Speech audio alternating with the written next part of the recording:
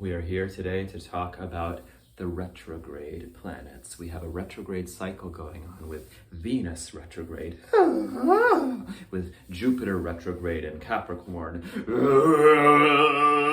with Pluto retrograde. I've done this before all the time. And with Saturn retrograde. Leave it in your own devices.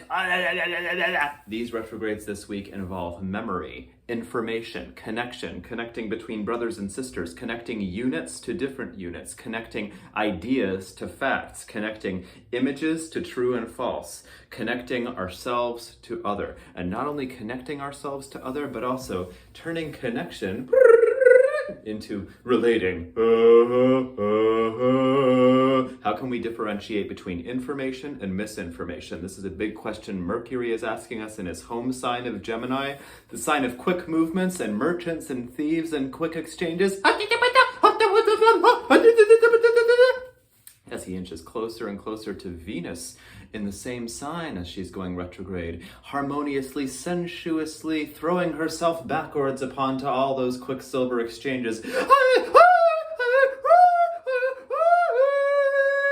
How do we differentiate? So information comes from the Latin word informare. Informare, to give form or give shape to a certain perspective. Mercury and Venus are working hard at making us become aware of how our perspectives are shaped on the interior planes and how our perspectives take form by those phantasms of outside influences. Oh, that outside phantasm is so seductive and appealing. It's shaping me. But how do we then become aware of that and find out how that is influencing us and how that's influencing and impacting everything we do in our day-to-day life? It is profound that the word information, a word that we take so colloquially for granted in our language, actually comes from to shape, to give form to an entity, even if that entity seems only to be a thought form. Now, Mercury is the midwife, the carrier, the messenger of those outside perspectives coming into our body, mind, psyches, and astral selves, affecting the whole life of the thing. But Venus is the one who feels those sensuously in the body, tries to restore balance to them, but tries to most of all land her finger onto the gleaming spell of the sensuous of those shapes. So the question becomes, how do we feel the information that is entering into us?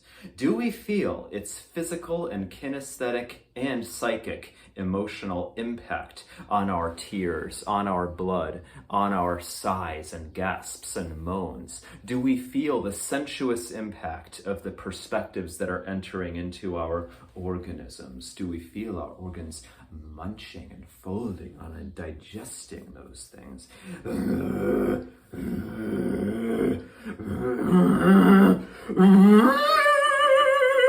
Or do we not? Do we stop it?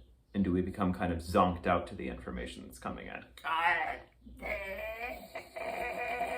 an information zombie, and I don't care what theories I buy into. I'm going with the crowd.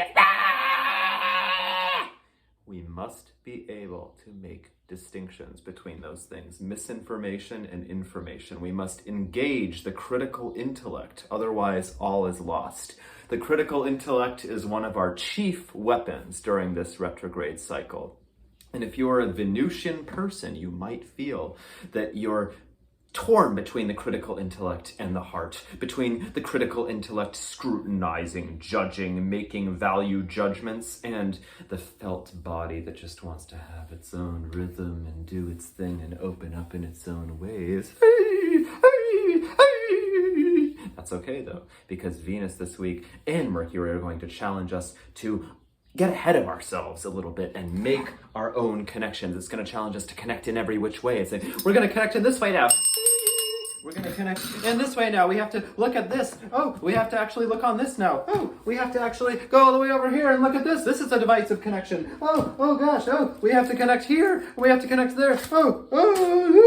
Whoa, we're not done yet. Oh, we have this other piece of technology too. No, we're not done yet. No.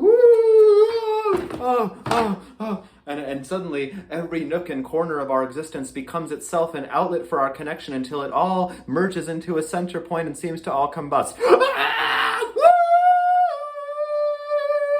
Especially if you're a Venusian kind of person. So we also have Jupiter going retrograde, the expander.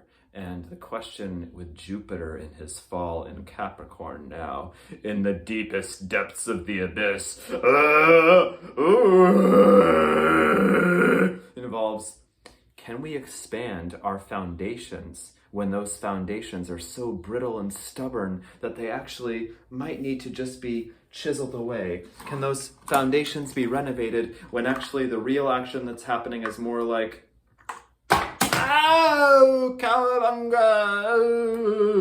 The problem is when we take our foundations to be literal, when we take the formal structure of the foundations, which is often just the institutional structure, to be literal instead of the other alternative, which is the gushing heart's blood.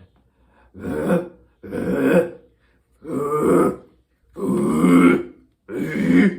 gushing heart's blood is what really gives our life to the foundations in our lives, and what can give us rejuvenating life, hunger for life, when we feel that we are at rock bottom.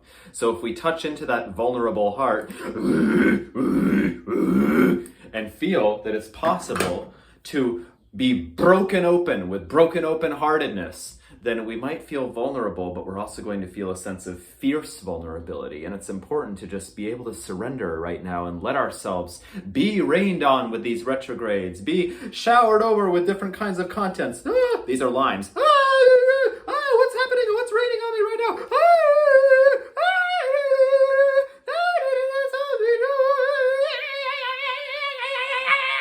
These are big questions that we're facing right now. No small questions. But the biggest weapons that we're going to have this week, the most important ones, are critical intellect and the gushing heart's blood of the fiercely vulnerable. So critical intellect and honest vulnerability. Now I say two weapons, but to paraphrase an Irish proverb, never give someone a weapon before you've taught them how to dance. So before you hold those weapons very tightly, before you clasp them, make sure to dance. And you can never do enough dancing.